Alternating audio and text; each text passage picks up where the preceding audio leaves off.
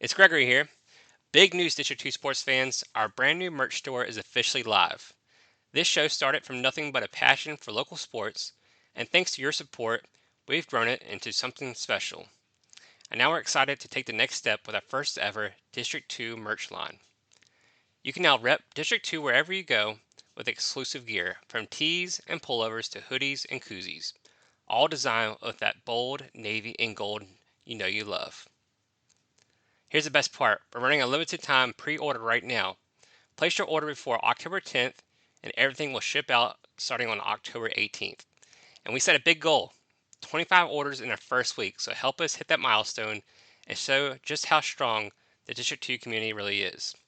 Support the show, look great, and be part of the District 2 family. So head over to district2sports.bigcartel.com and grab your favorites before they're gone. You can also access our store on our Facebook page. We thank you again for supporting the District 2 Sports Podcast. And now let's get on to our episode. You are now listening to the District 2 Sports Podcast, available on Podbean, Spotify, Apple, and YouTube. It costs you nothing to smash that like button. Leave us a review and follow District 2 Sports on Facebook, X, and Instagram for more content and coverage. Now, sit back, relax, and enjoy the show.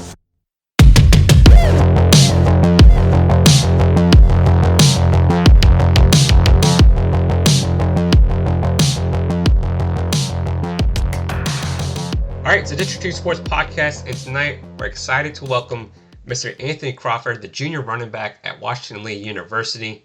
Anthony is leading the Generals' rushing attack this season and has led the ODAC in several rushing categories as far as TDs and yards. Anthony, welcome to the show, man, and congratulations on a stellar season so far. Yeah, thank you for having me. I did want to talk about this season. Maybe not the record you guys want right now, but I think you guys played maybe one of the hardest, 4 games so far I've seen in the ODAC or D3 in general. You guys played Salisbury, Wittenberg, and Randolph-Macon. I mean, that's just really tough games right there. I want to get your take on the season so far and how you guys have performed. Yeah, I mean, I think we definitely knew it was going to be a front-loaded schedule. All very tough teams. Salisbury, I think they were ranked 7th when we played them. Going to Wittenberg, kind of figuring out what they're about. And then Randolph-Macon, playing them every year. Us two at the top of the ODAC. I think that we thought we could have had some better performances, but we feel like we're a very strong team and we're still coming together. So really excited for this week, another top 25 ranked opponent. So hopefully showcase some abilities. Yeah, I mean, just mention that too. I mean, you guys play Hampden-Sydney, who just became ranked 21-24. So it gets even tougher. So, but with that, I mean, just kind of looking at your season so far, with that difficult schedule so far, you've kind of shined and outperformed maybe some critics there. I mean, you lead in attempts there in the ODAC. You have the most yards, most average yards, second in touchdowns. What has been the recipe for success for you for the first 4 games?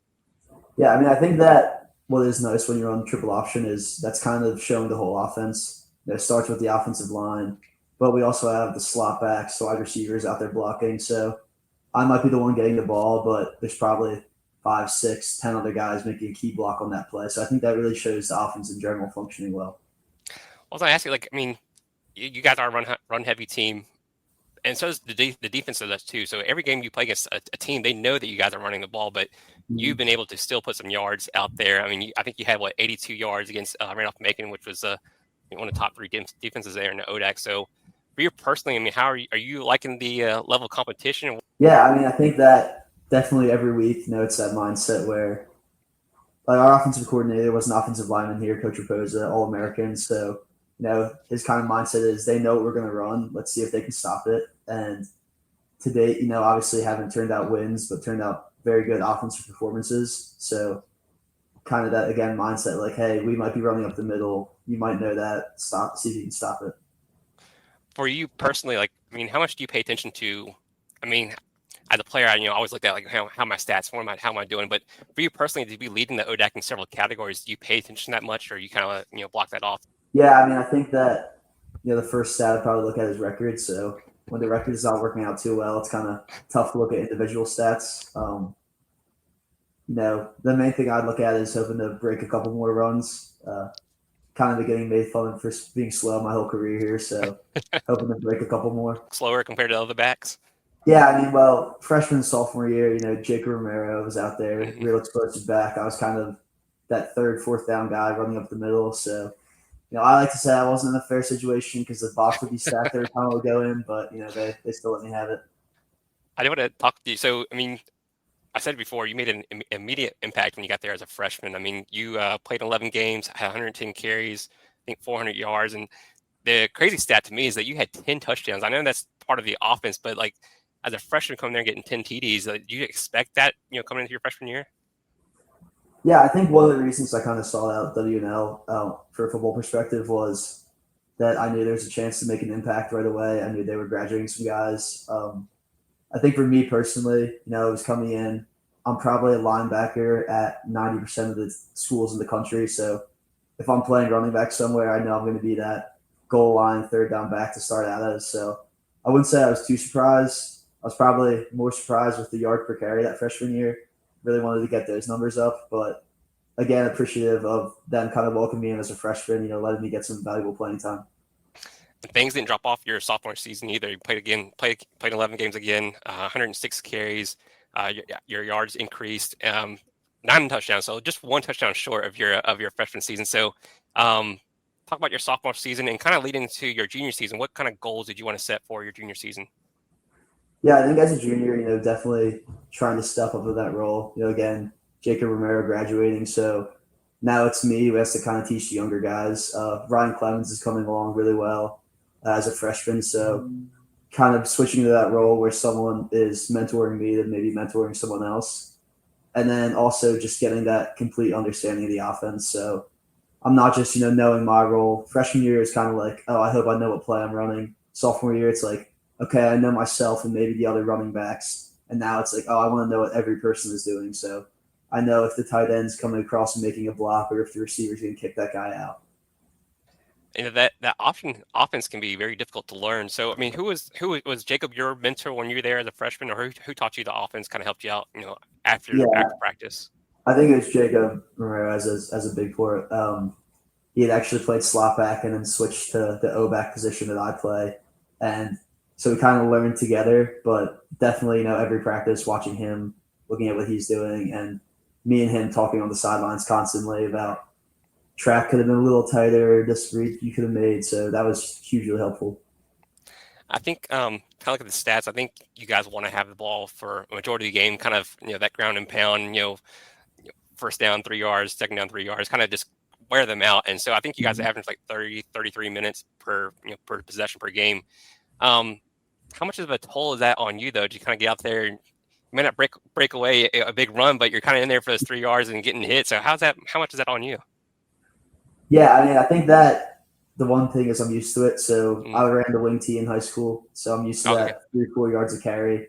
And I think just kind of mentally preparing myself where our mindset is, hopefully the defense breaks before we do. So going out there every play, kind of looking at the linebackers and seeing, well, if he looks more tired than I do, then I have to keep going. I can't really show any weakness. And then another big thing for me is, I have the O line in front of me, Hmm. blocking their heart out. If they open up a hole, how can I not get them the extra 4 yards if they're giving me 4 yards? So it's stuff like that that kind of keeps me going. And this year as a junior, I mean, only 4 games, and you're already at the same amount of carries you had last year, of all last year. Already at 574 yards, so you're already past your yards last year as well. So far, I mean, you're getting the most of the workload there. So how do you view like being able to protect your body and kind of be fresh every week? Yeah, I mean, I think for one thing, it's the little things. This year, we've kind of switched into Sundays used to be somewhat more of a recovery day. We have a lot more guys lifting now. I think that's a big part of it. And then again, in the off season, this year is a lot working on flexibility, mobility, doing yoga and stuff that no one really wants to do, but it's been hugely helpful for me. And then also kind of altering your body composition where maybe you're a little more lean muscle mass than anything else. I think just like the little things like that. I was asking another running back. I mean, are you a ice bath guy or no? I'm actually not a huge ice bath guy. Yeah, Is anyone actually? Maybe not. there's a couple guys on the team who get real into it. Randolph Smith tries to take one like every single day, defensive end, but I'm just not a huge ice bath guy myself.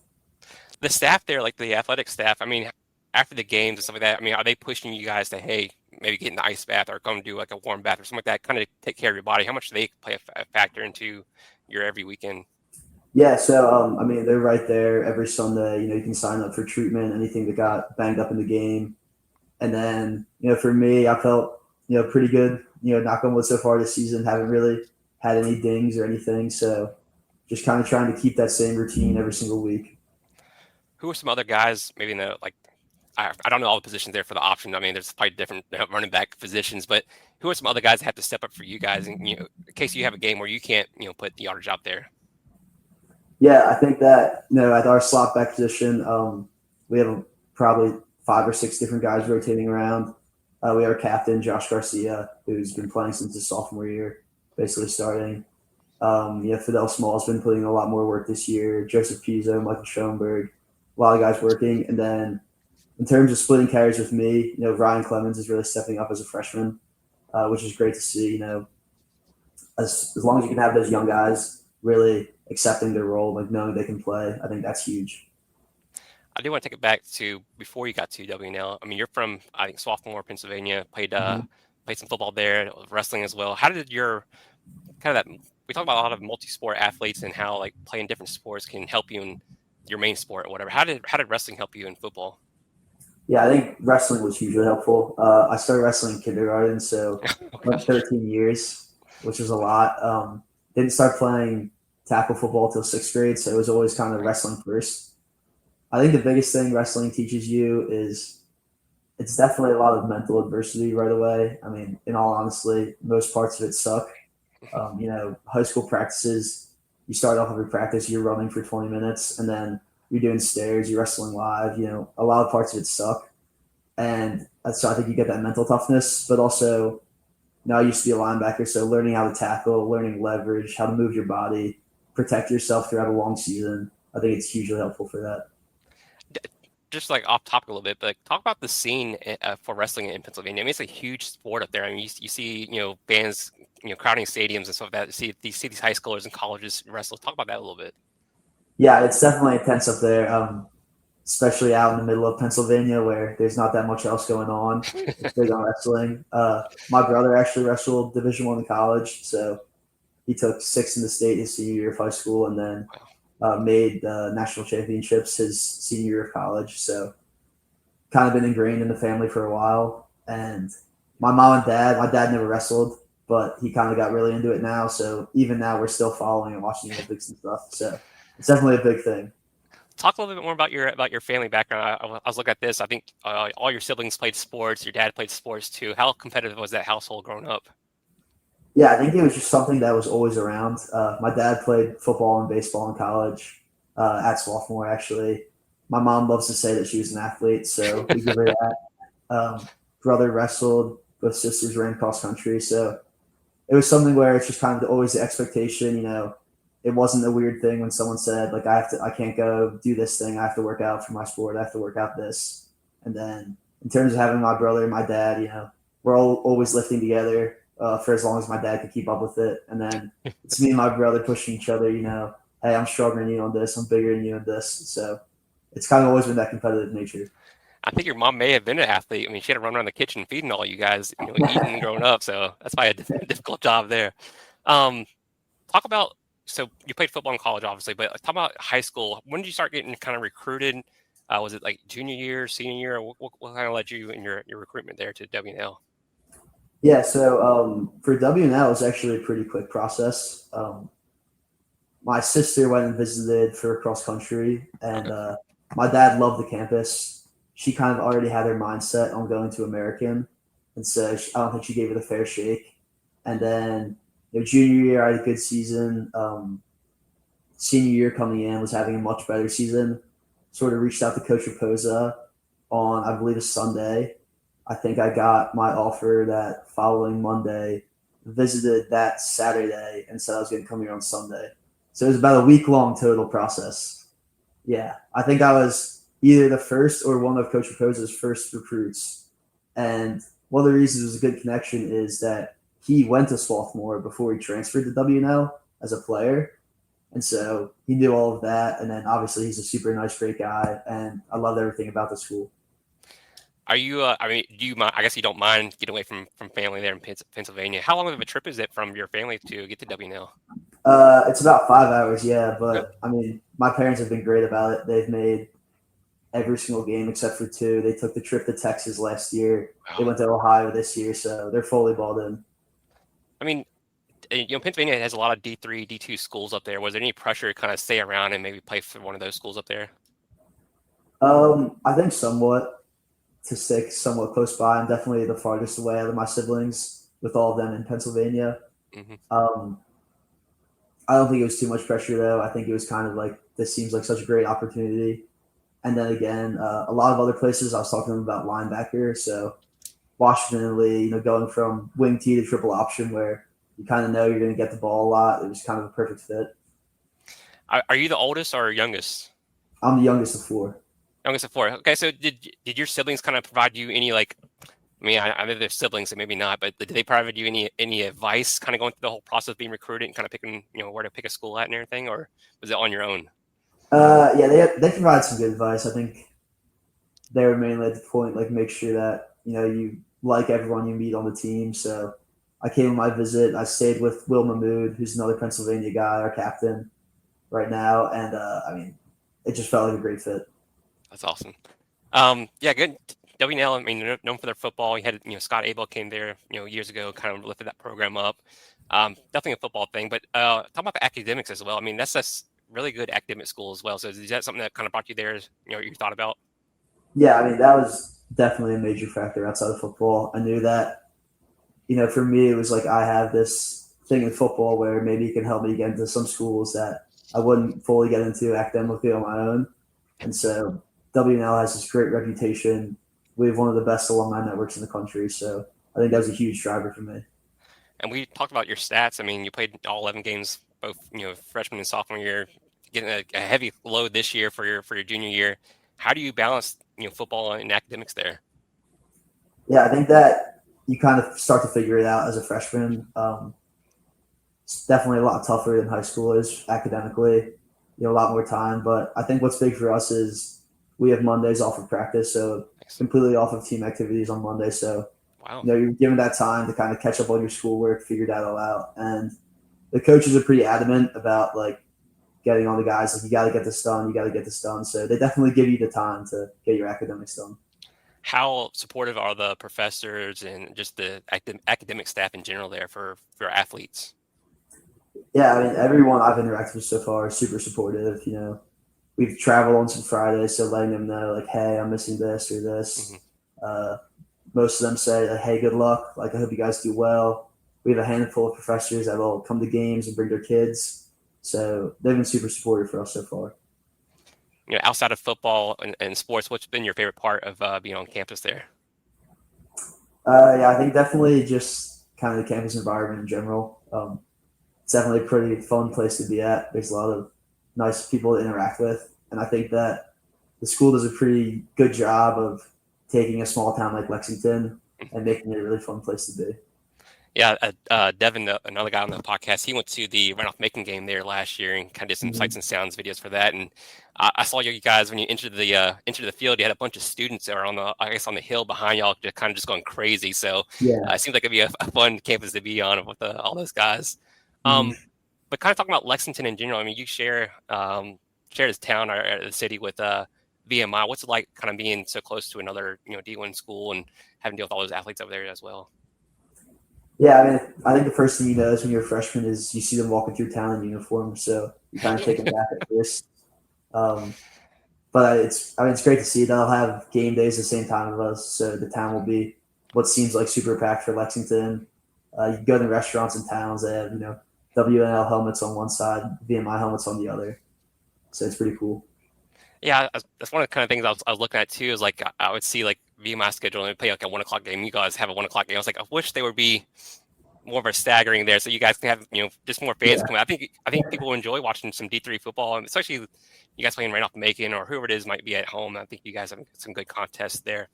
Um, but kind of talking life after football, we'll kind of get back to football here in a second. But I've seen you done some like internships and kind of doing some financial stuff. So talk about that. So what are you planning on doing after football? Are you going to get into coaching, or you kind of do the private sector stuff? Yeah, I think somewhere in the financial industry, kind of going through that process of internships right now.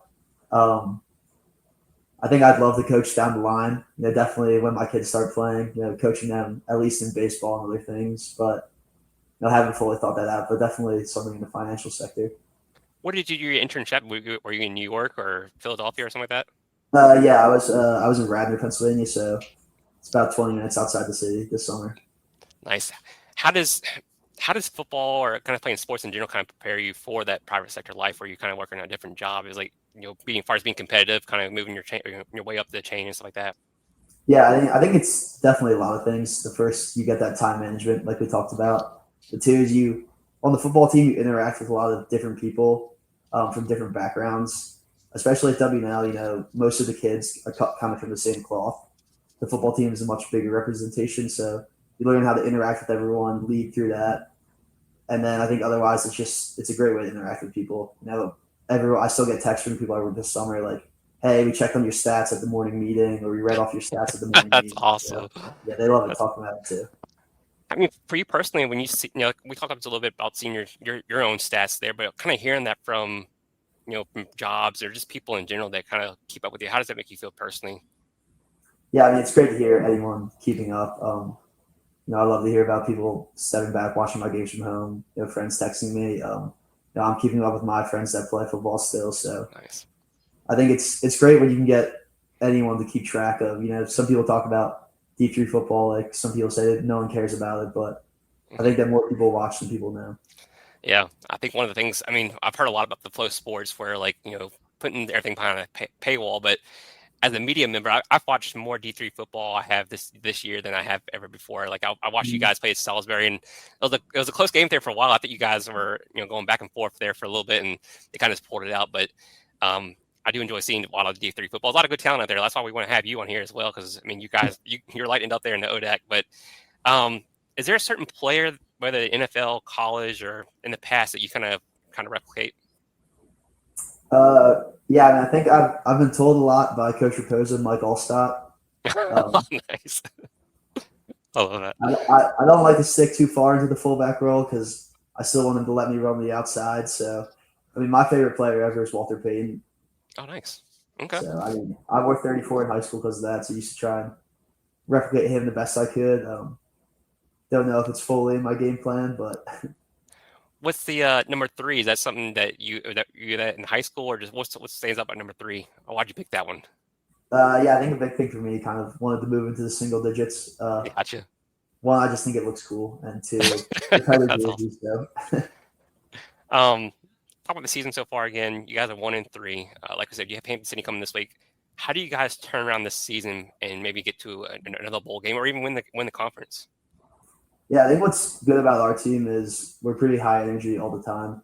Um, so I don't really think that this tough start has brought us down at all. We practiced yesterday. People are out there fired up, dancing around. I don't think that it's kind of swayed us in any direction. So I think that we know who we are, and we know what we can be, and I think we're just ready to attack the rest of the schedule. Who are some of the captains or the leaders on the team? Are you one of them, as far as like in the offensive room, and who's kind of leading you guys, down the stretch? Yeah, so our captains on the offensive side, we have Tucker Jacobson, who plays tackle for us, and Josh Garcia. They've done a great job leading. And then on the defensive side, we have Will Knight, Will Mahmood, and Jack Johnson. And so I think in terms of the captains, again, we have a smaller team, so they're guys that you interact with all the time. And what's good about them is they're guys that just do the things right. So they're guys that you can kind of lead by example. And as long as they keep going, I think the team will keep going. How much do you interact with the offensive line outside of the game, and how much do you have to pay for their dinners throughout the week? They try and get me to pay for the dinners a lot. They're only about that a lot, yeah. But I mean, Well, we're interacting. We're interacting all the time. We're hanging out all the time. what are the keys to? I mean, Hampton-Sydney, they've really improved their defense over the last couple of years, so they've been pretty good there in the top of the ODAC. What are the keys to the game on Saturday? I mean, how is it? You planning on to keep the ball as long as you can, kind of wear them out again, as I guess what's the usual game plan there. Yeah, I mean, I think that again. I think they'll just kind of be doing our stuff. Again, seeing if they can stop it. I think we're pretty confident in everything that we can do. So I think we'll just try and run up the gut, spray on the outside, and make some plays. There we go. All right, so we have some rapid fire ones. So we have some either or questions here to end the conversation. So you kind of give me your first answer, whatever comes to your mind. Okay. All right, All sounds right. good. Stiff arm or spin move? Stiff arm, Juke or truck stick? truck stick, I love that. I figure if you're going to become tackles, you got to be trucking people. Film study or weight room? weight room, Nice. Louder in the locker room, offense or defense? defense, Turf or grass? grass, Inside run or outside sweep or toss? inside run, Okay. Win at home or on the road? win at home. Let's go climb the hill. There we go. Adidas, Nike, or Under Armour? I'm an Adidas guy. Okay. Oh, really? Okay. The We've heard cleats, a yeah. lot of Nike. Mhm. This could be interesting. Powerade or Gatorade? Powerade, actually. Okay, well, I don't know what's going on. So I thought it'd be Gatorade everything, but we've had all the younger guys say Powerade. So I don't know if it's Powerade.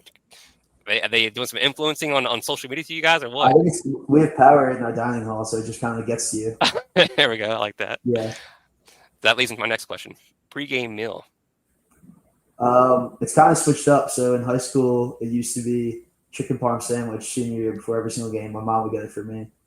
Now, some type of sandwich, something pretty light. Don't want to feel too heavy out there. Are you eating on campus or are you getting some off campus? So we have pregame meals for home games, nice. and then we're getting some form of sandwich on the buses for away games.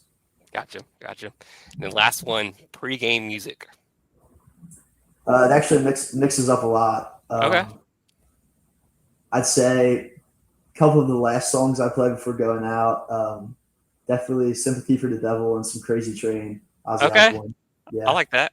We've I think our number one hit so far, our artist has been NBA YoungBoy. So Really? I don't know if you're a big NBA YoungBoy fan. But yeah, well, Anthony, we do appreciate it. I know you have a lot of stuff going on. We just want to, kind of talk to you and kind of highlight your season so far. You're killing out there, leading the ODAC and rushing, and I think you guys will be very successful the rest of the season if you keep toting the rock. So tell Coach LaRose, give Anthony Crawford the ball. Absolutely, yeah. Thank you so much for having me. Thanks, Anthony. Appreciate it. Sounds good. Again to Anthony for coming on and joining us. We appreciate his time, and just to let you know, they did get a huge win on Saturday at Hampden-Sydney, beating a nationally ranked Tigers team 42-34. Anthony went for 24 for 104 and 4 touchdowns and was named ODAC's Offensive Player of the Week. So just a monster year there for Anthony in his junior year. So wish him the best of luck the rest of the year. And thank you guys for listening. We'll continue to have some more episodes. We have one on Friday featuring Patrick Henry, Roanoke's Alan Fiddler. So we'll have that one out on Friday. And just a reminder, on October 25th, we'll have the mental health suicide awareness benefit there in Danville, Virginia at Ballad Brewing, October 25th at noon. So come join us. District 2 will be there. Myself, Devin, and Big Greg will be there supporting a cause that has been very significant to us over the years as we lost our mother to suicide back in 2010. So come out there, spend some money. All your donations will go straight to suicide awareness and education for those who are struggling. So again, it's very important to us. So if you guys can come out there and attend, we greatly appreciate it. And if you're a university or our college or a school and you want to make a donation, we would greatly support it. So we'll use your donations and use it as raffle ticket prizes. So some way we'll spend some money on some tickets and possibly bid on your donation. And like I said, all that goes back to education. So thank you guys for listening. We'll have some more episodes out this week. And again, congratulations to Anthony Crawford and the Washington Lee Generals.